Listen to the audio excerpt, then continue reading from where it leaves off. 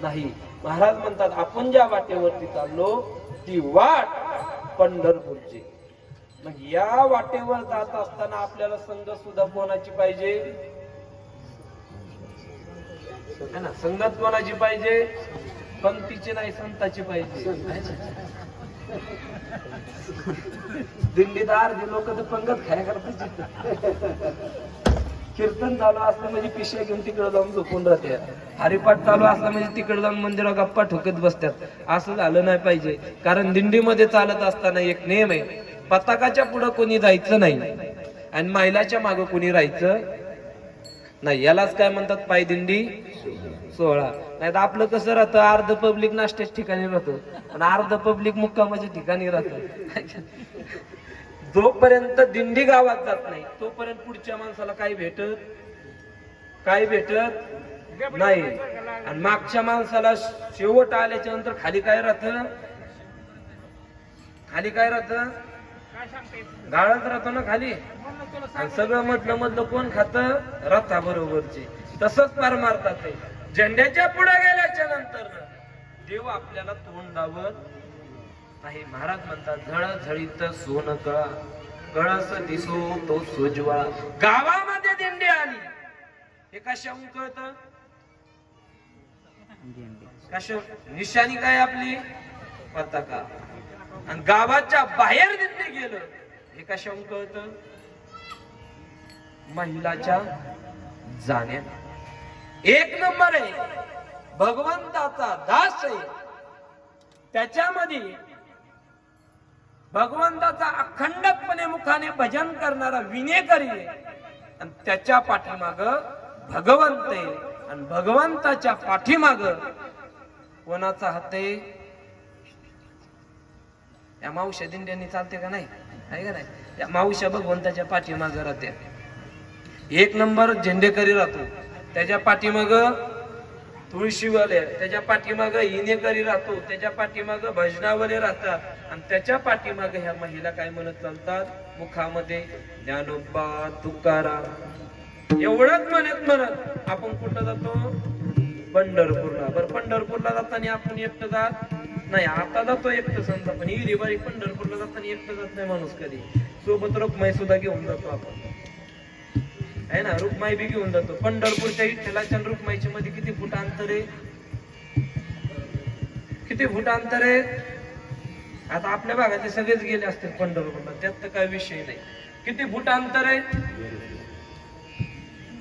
म्हणजे देवळगाव ते पंढरपूर एवढं अंतर आहे काय? नाही ना. भगवंताच्या आणि रुक्मिणी आईसाबाच्या मध्ये किती फूट अंतर आहे? थोडस अंतर आहे त्यांचं. किती? थोडस. इथून त्या पोल एवढं, आहे का नाही? ज्या वेळेला आपला विठ्ठल आणि रुक्मिणी गाडी जाते आपल्या दोघांच्या मध्ये किती अंतर राहतं? किती अंतर राहतं? अंतरच नसतं. रुक्मिणीचा हात विठ्ठलाच्या खांद्यावर राहतो. का?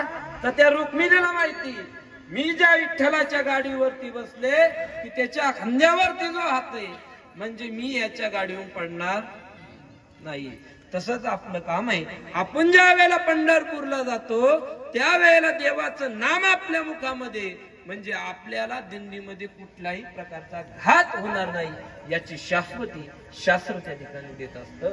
म्हणून पंढरपूरला जात असताना मुखामध्ये नाम पाहिजे आणि हातामध्ये टाळ पाहिजे. आणि वाजत कुठपर्यंत जायचं? पंढरपूरला. तुकाराम महाराज म्हणतात एक गाव आम्ही विठोबाचे नाव आणि पाते काम नाही आम्हाला दुसरं काम आहे का नाही. दिंडीमध्ये गेल्याच्या नंतर थोडं आपल्या कोणाची वावर नांगरा जावं लागत आहे का नाही. कोणाच थोडं वावरामध्ये ऊस लावाय जावं लागतं. काहीच करावं लागत नाही. पायी जा नाही आणि देवाचं नाव घेणे किती सोपं आहे. महाराज सांगतात सोपे हे साधन लाभ येतो घरा वाचेसी उच्चारा रामकृष्ण. जोपर्यंत तुमच्या मुखामध्ये रामकृष्ण येत नाही तोपर्यंत तुमचा दिंडीमध्ये जाऊन काहीच फायदा नाही. कारण दिंडीमध्ये जाण्याचा फायदा एक ज्याच माणसाला पुण्य मिळतं त्याच्या मुखामध्ये अखंड देवाचं नामस्मरण चालू. म्हणून माऊली ज्ञानोबांनी सांगितलं की पहिल्या दिवशी दिंडीचा सोहळा आपला निघलेला आहे. या पहिल्या दिवशीच्या दिंडी सोहळ्यामध्ये काय घडलं असेल, पुढे आले मागे आले, कुठं थांबा त्याच्याशी काही गरज नाही. पण दुसऱ्या दिवशीपासून तुम्ही जात असताना रस्त्याने नेहमी झेंड्याच्या मागे चाला, जेणेकरून पुढच्या गावामध्ये गेल्याच्या नंतर ते गाववाले आपल्याला नाव ठेवत नाही. कारण जर आपण झेंड्याच्या पुढे गेलो तर आपल्याला का नावच ठेवतात दिंडीला. कारण 15 दिवस झाला आम्ही चालतो आहे का नाही. आमचे बी कसे बसले लोकांना सांगून लोक इकडून ऐकत इकडून सोडून देत आहे का. जुन्या म्हणी नळी भुंकले सोनारे, इकडून तिकडून गेले वारे. लोक म्हणतात महाराजला वरडायचे ते वरून द्या, 1 तास वरड, दुसऱ्या दिवशी कसा बसून नीट शांत गप बसत आहे ना. आम्हाला काय करायचं, पुढे जाऊ नाही तर मागे राहू. कारण पुण्याला प्राप्त करायचं तर जीवनामध्ये नेम पाहिजे.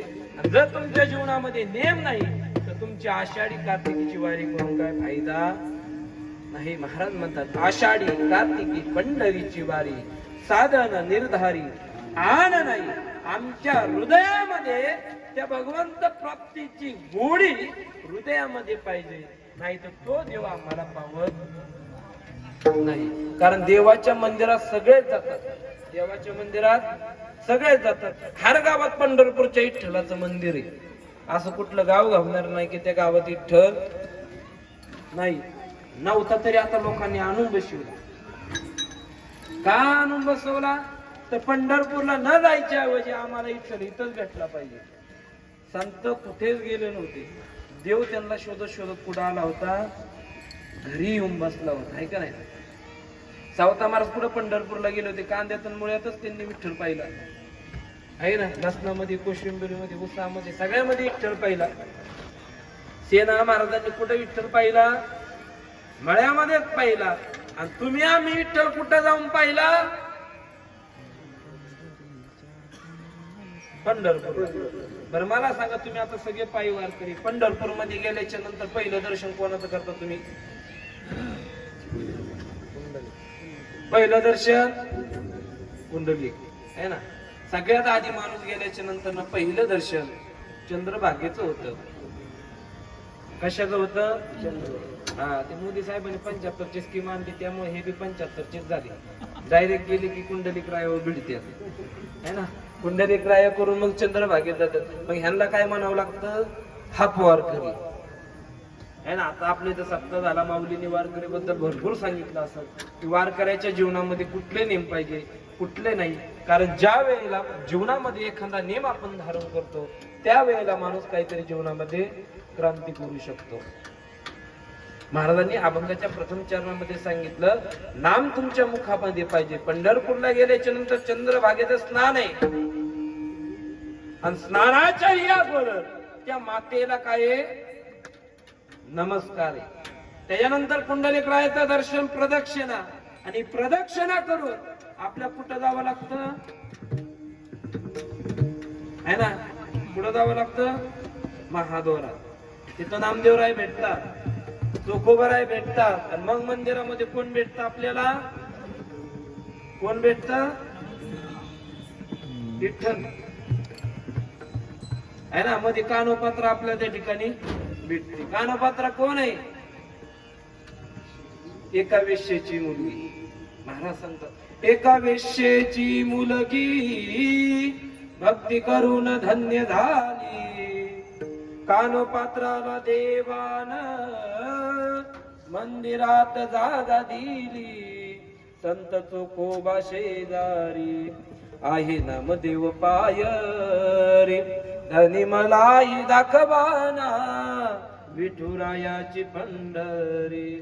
त्या भगवंताची पंढरी आपली रुक्मिणी आपल्याला सांगते, ती पंढरी आम्हाला जाऊन दावा. दिंडीमध्ये जाणाऱ्यांपेक्षा घरच्या लोकांना जास्त पुण्य भेटतं बघा. कसं, दिंडीमध्ये जाणारा माणूस कुठली चौकशी करतो आणि घरचा माणूस कुठली चौकशी करतो. हा मनाने तर कुठे घरी, आणि शरीराने कुठे वारीमध्ये. घरचा मनाने कुठे दिंडीमध्ये, शरीराने कुठे वारी. मन लय चंचल आहे बाबा. काकड्यामध्ये आपण म्हणतो मन चंचल चंचल, किती चंचल आहे. एकाच सेकंदामध्ये पूर्ण महाराष्ट्र भ्रमण करून येणार हे मन आहे. मन कोणाच्या ताब्यात नाही. आणि सगळ्यांचा राजा कोण आहे, मन इंद्रियांचा राजा आहे ना, मन इंद्रियांचा राजा, ह्याच्यावर ताबा कोणाचा चालत नाही. आणि एकदा का मन आपलं नामसन कीर्तन आणि वैष्णवांच्या जोडीमध्ये लागलं तर त्या देवापासून आपल्याला कोण सोडू शकत नाही. महाराज म्हणतात, नाम संकीर्तन वैष्णवांची जोडी पापे अनंत कोटी गेले जरी. आमच्या कुळातले अनंत पापाचं जे भंडार आहे ते क्षणात काय होतं, नष्ट होतं. कशामुळं? त्या हरीच्या नामस्मरणाने, दुसऱ्या कशाने नाही. कारण महाराज म्हणतात, सावध होऊनी आहे ना, सावध होऊनी देवाचं भजन करा. आणि या भजनामध्ये जो आनंद आहे तो आनंद आपल्याला कशात मिळत नाही. महाराज म्हणतात, देवे दिला देह भजना गोमटा. देह कशा करता दिला? आपण कशा करता वापरतो आहे का नाही? महाराजांनी सांगितलं, दिनरजनी हाची धंदा. पण कोणता धंदा? खाया पिया आणि सोया. नाथ महाराजांच्या घरी एक मुलगा असं होता बाबा, काहीच करीत नव्हता, खायचा प्यायचा आणि झोपायचा, खायचा प्यायचा आणि दिवस रात्र तो धंदा होता. त्याच्या पाठीमाग काही नव्हतं. नाथ महाराजांच्या जीवनामध्ये अनेक त्या ठिकाणी संबंध विषयी बरेच त्या ठिकाणी उदाहरणं आपल्याला देता येतात की नाथ महाराज हे अतिशय शांतीचे काय होते, सागर होते. यवन अंगावर थुंकला. किती वेळा? किती वेळा थुंकला? कोण म्हणते 108, कोण म्हणते 121. आहे ना, आता ह्यांचं 111, आता आमचं तिसरं येईल. आहे का नाही? प्रत्येकाच्या सांगण्यामध्ये बदल आहे. येवन ज्या वेळेस नाथ महाराजांच्या अंगावर पहिल्यावरती थुंकला, नाथ महाराजांनी नमस्कार केला, नदीमध्ये जाऊन काय केले, आंघोळ केली. आणि आंघोळ करून पुन्हा पवित्र होऊन कुठे आले, वर आले. पुन्हा पान खायचा, पुन्हा थुकायचा. का? तर त्याला ब्राह्मणांनी काय दिली होती, थोडीशी दक्षिणा दिली. या दक्षिणेमुळे नाथ महाराजांच्या अंगावर थुंकायचा आणि त्या ठिकाणी नाथ महाराजांना आंघोळ करायला लावला. शांतीचे सागर होते नाथ महाराजांना. कधीच कोण आता या ठिकाणी राग आला नाही. तुम्हाला माहित असेल, आळंदीच्या ज्ञानोबा नाथांच्या स्वप्नामध्ये गेले होते आणि तिथं जाऊन काय केलं, नाथांनी नंदीला वैरण खायला घातली, नंदी सरला. आणि ती ज्ञानेश्वरी या सगळ्या समाजाकरता आपल्या पुढे काय आणली, भोळ्या भाव्या समाजाकरता गीतेचा अर्थ सहज समजावा याच्याकरता माऊलींनी लिहिलेली 18 अध्यायाची ज्ञानेश्वरी आपल्याला एकनाथ महाराजांमुळे तो प्रसाद प्राप्त झाला. आणि त्या प्रसादाच्या जोरावरती आपण इथपर्यंत चाललेलो. कारण माऊलींनी त्या ठिकाणी काय केलं बघा, की नाथ महाराजांच्या अंगावर यवन थुंकला, पण नाथ महाराजांनी काहीच केलं नाही. पाया पडायचे, आंघोळ करायची. किती वेळा? कोण म्हणते 108, कोण म्हणते 111, कोण म्हणते 121. आता ज्याच्या अभ्यासानुसार त्यांनी सांगितलं. पण खऱ्या अर्थानं यवन एक महाराजांच्या अंगावरती 108 वेळा थुंकला. आणि 108 वेळा थुंकल्याचं पुण्य नाथ महाराजांनी सगळं कोणाला दिलं, ते यवनाला दिलं. एवढं करून मी पुन्हा लावून सोडलेलं जे तोंड होतं त्या नीट होण्याकरता सुद्धा नाथ महाराजांनी त्याला काय दिलं, खायला दिलं. एवढे शांत नाथ महाराज आहेत.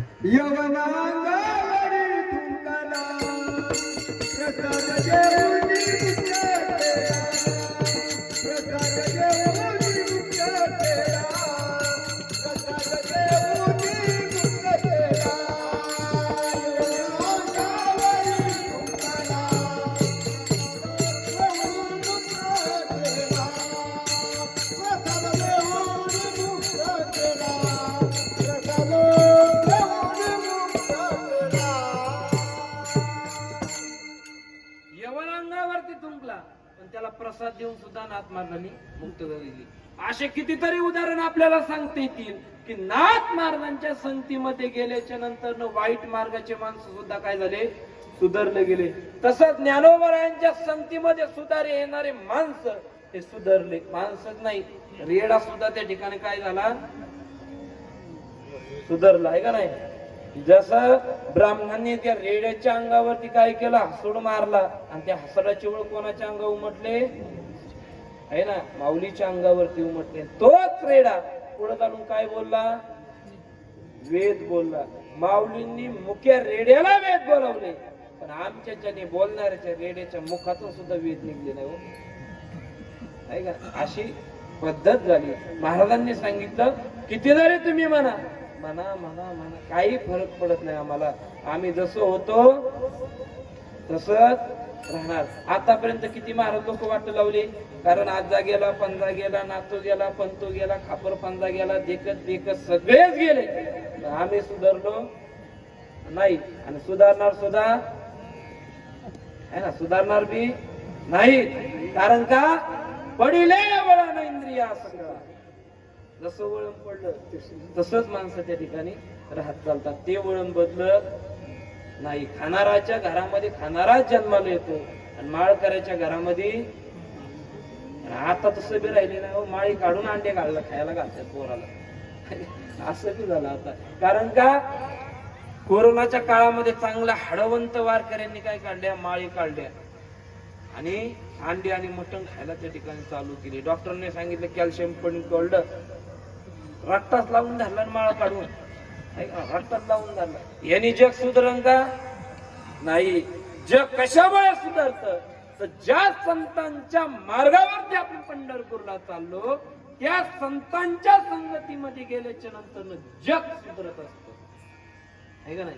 संत कशा करता जन्माला येतात? तुकाराम महाराज सांगतात की जगाच्या कल्याणा संतांच्या विभूती. जोपर्यंत संतांच्या संगतीमध्ये आपण जात नाही तोपर्यंत जग सुधरत नाही. एखादा मुद्दा जर तुम्ही कोर्टामध्ये गेला तर तुम्हाला आधी पोलीस पैसे जावं लागतं, वकिला पैसे जावं लागतं, मग तुमची बाजू मांडणार वकील, मग तुम्हाला न्याय देणार जज. आहे का नाही? एवढे सूत्र पार करून मग जजने निकाल दिला तर दिला, नाही तर हायकोर्टात पुन्हा अपील चालूच आहे. पंढरपूरचं सुद्धा तसंच आहे. एवढं सगळं करून जर आपल्याला कुठंच काय मिळालं नाही की आपण डायरेक्ट देव बदलतो.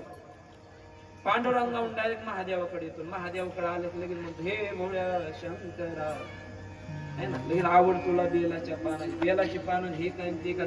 श्रावण महिना जवळ आला, या बायांनी तर कारच करून टाकला श्रावण महिन्यात. मी जर कीर्तनामध्ये श्रावण महिन्याचं वर्णन सांगतो बाबा, पहाटे 5ला उठल्याच्या नंतर ह्या बाया कधी चक्क्या श्रावणाच्या महिन्यामध्ये महादेवाच्या पूजेला जात नाही. सगळा गोळ करत होती की चौघीजणींचा. कारण आता या ठिकाणी सगळ्या माऊल्या बसलेल्या आहेत, ह्यांना माहिती एक बाई कधीच महादेवाच्या मंदिरात जात नाही. काही ती महादेवाच्या मंदिरात तुमची ती एकटी बाई पूजेला नाही येत. 4-5 जणी येतात, सगळी गोल बसतात. बिचारामध्ये भोळा महादेव राहतो, ती लिंग राहत, हातामध्ये 4 पाणी तांबे राहत्या. असे तांबे घेतात रक्कन महादेवाच्या पिंडी टाकतात.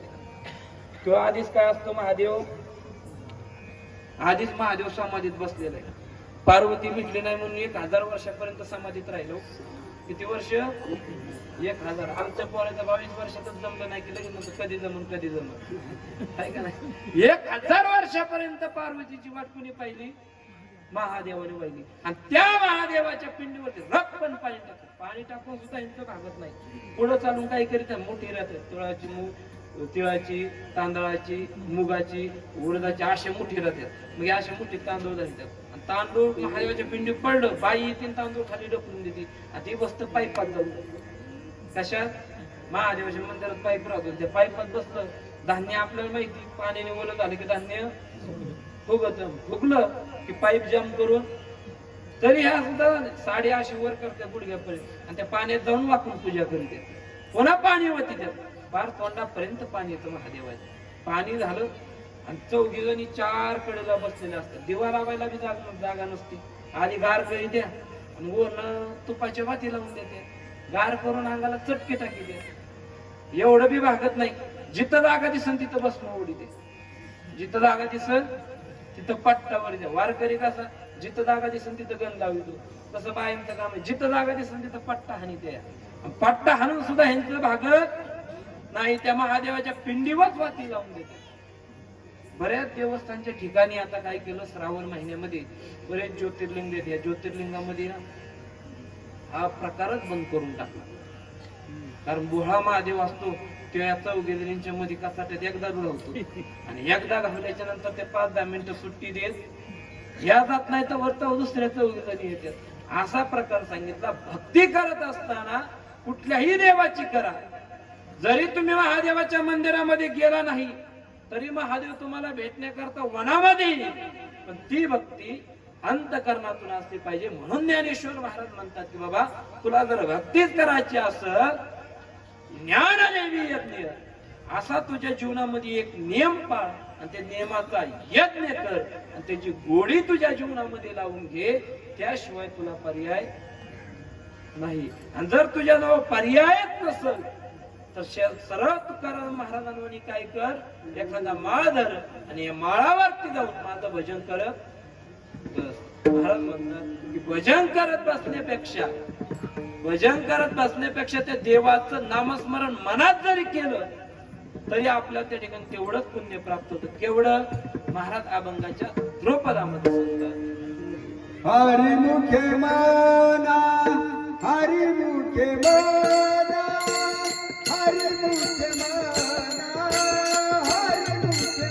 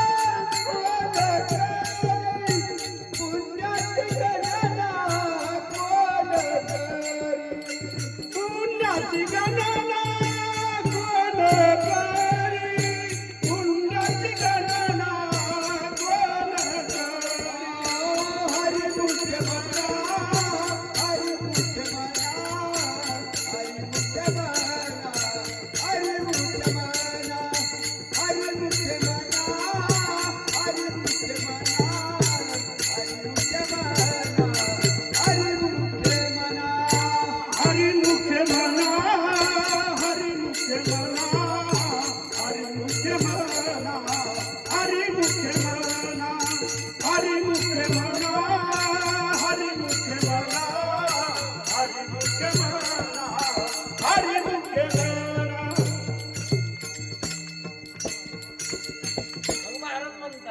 हरीचं नाम मुखामध्ये आलं की सगळं जीवनाचं काय होत असतं, पाप आपल्या जीवनामधून नष्ट होत असतं.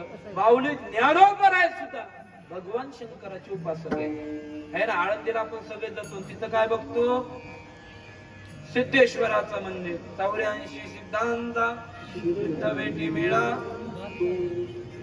तो सुख सोहळा स्वर्गी नाही. हा सुख सोहळा तुम्हाला कुठंच पाहायला भेटणार नाही. स्वर्गात नाही, वैकुंठात नाही, पाताळ नाही, किती 27 प्रकारचे लोक फिरा पण मृत्यू लोकासारखा सुख सोहळा नाही. स्वर्गीचे अमर इच्छिताचे देवा मृत्यू लोकी व्हावा जन्म. स्वर्गातले देव सुद्धा म्हणतात आम्हाला मृत्यू लोकामध्ये जन्म पाहिजे, पण मृत्यू लोकामध्ये म्हणतात आम्हाला स्वर्गाला जायचे. मृत्यू लोकांचे काय म्हणते, स्वर्गाला जायचे. स्वर्गाचे काय म्हणते, मृत्यू लोकांना यायचे. असं करावं लागेल, 33,000 कोटी देवांना खाली आणावं लागेल आणि 33,000 कोटी देवता जे भारतातली जे पब्लिक आहे त्यांना स्वर्गामध्ये नेऊन बसवावं लागेल. पण स्वर्गामध्ये गेल्यावर सुद्धा पदा वाचून बांधणं ठरतं. इंद्र कोण व्हायचं, गजेंद्र कोण व्हायचं आहे ना. आदी देवन वायू देऊन सगळे देव त्या ठिकाणी आणावं लागतील. हे देव निर्माण करायला सुद्धा आदिती सारखी एखादी माता जन्माला घालावं लागेल, त्याशिवाय पर्याय नाही. सांगायचं तात्पर्य एवढाच आहे, माऊली ज्ञानोबरायांनी सिद्धेश्वराची सेवा केली, जन्मता ज्ञान प्राप्त करून घेतलं, 6 शत्रूंचा नाश केला, आपलं मन देवाच्या चरणाजवळती लावलं, त्या देवाला आपलंसं केलं. याच्यामुळे परिणाम घडला, 6 शत्रूंचा नाश झाला, यज्ञ जीवनामध्ये आला आणि हरीचं नाम मुखामध्ये आलं. म्हणून माऊली ज्ञानोबरायांनी त्यांच्या जीवनावरती अनुभव या अभंगामध्ये सांगितला. विठ्ठल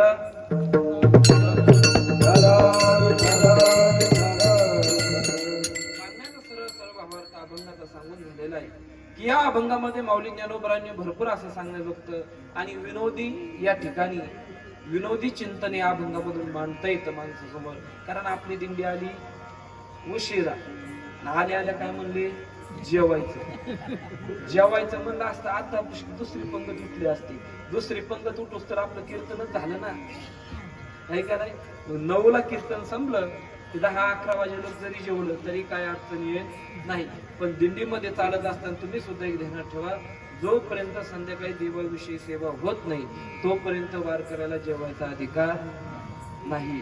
कारण का, वारकरी ज्या गावामध्ये जातो त्या गावातला जो अन्नदाता आहे तो कशाच्या आधारे अन्नदान करतो? तुम्हाला कोण समजतात? ज्ञानोबा, तुकोबा, निवृत्ती, सोपा, मुक्ताबाई, नामदेव, चांगदेव सगळेच तुम्हाला त्या ठिकाणी संत समजतात. त्यामुळं आपल्याला त्या संतांची मांदियाळी आपण या गावामध्ये घेऊन येतो आणि आपल्या मुखातून 2 शब्द त्यांच्या कानावरती पडावे या हेतूने तो समोरचा माणूस काय करत असतो?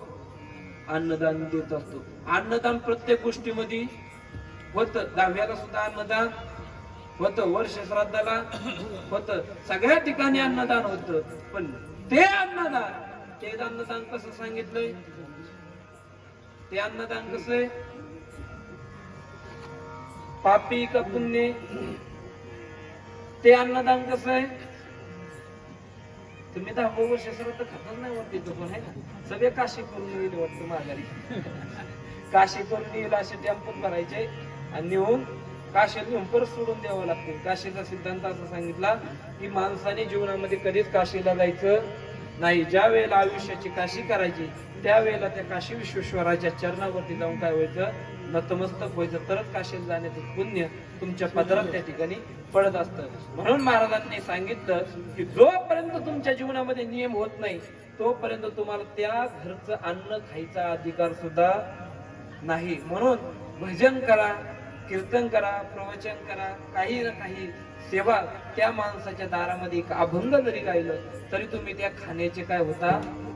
अधिकारी त्या ठिकाणी प्राप्त होता. म्हणून माऊली ज्ञानोबरांनी सांगितलं काही करा पण तुमच्या जीवनामध्ये एक यज्ञ करा आणि त्या यज्ञाच्या जीवावरती त्या ठिकाणी तुम्हाला खायला भेटतं. कशामुळं?